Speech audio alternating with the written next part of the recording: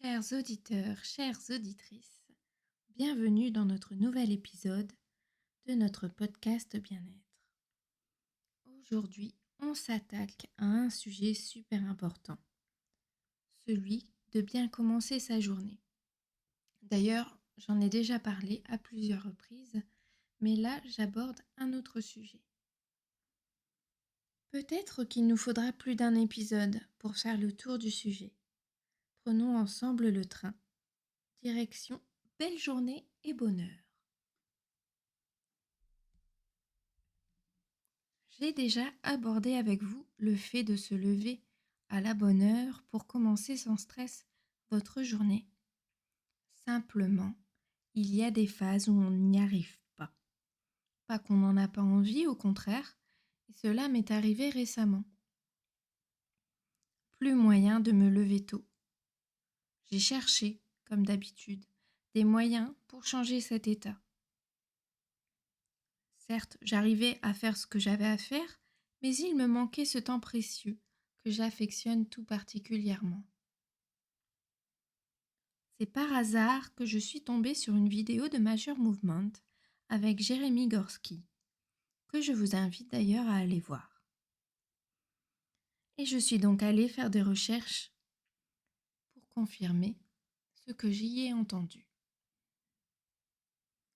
Ils abordent le fait que snoozer, c'est-à-dire remettre une fois, deux fois, trois fois et plus encore son réveil, a des impacts clairs sur notre sommeil et qu'ils ne sont pas forcément bons. Quels sont donc ces effets indésirables? Déjà, l'effet premier d'un réveil est de mettre notre corps en alerte, de l'inviter, comme s'il y avait un danger, à se réveiller. On a une augmentation de la fréquence cardiaque et on va venir produire du cortisol, cette fameuse hormone du stress. Alors donc, forcément, plus on utilise la fonction répétée, et plus on renvoie du stress. Et c'est même une agression cardiovasculaire selon les études qu'on fait subir à notre organisme, et ce même avant de se lever. Autre effet, cela vient perturber les cycles du sommeil. Sommeil irrégulier, somnolence accrue.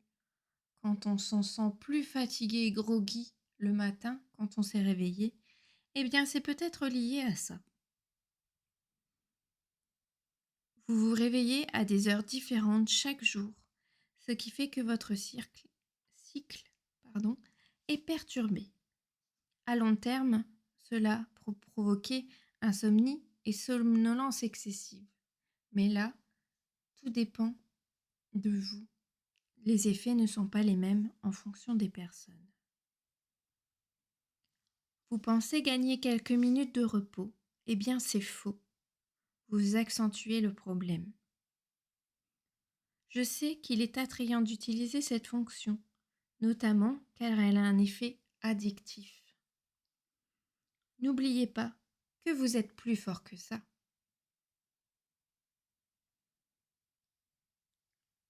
Comme je l'ai déjà évoqué dans mes podcasts sur le sommeil, avoir un rythme régulier et des routines est un élément essentiel pour favoriser votre sommeil réparateur, récupérateur, bref, un bon sommeil.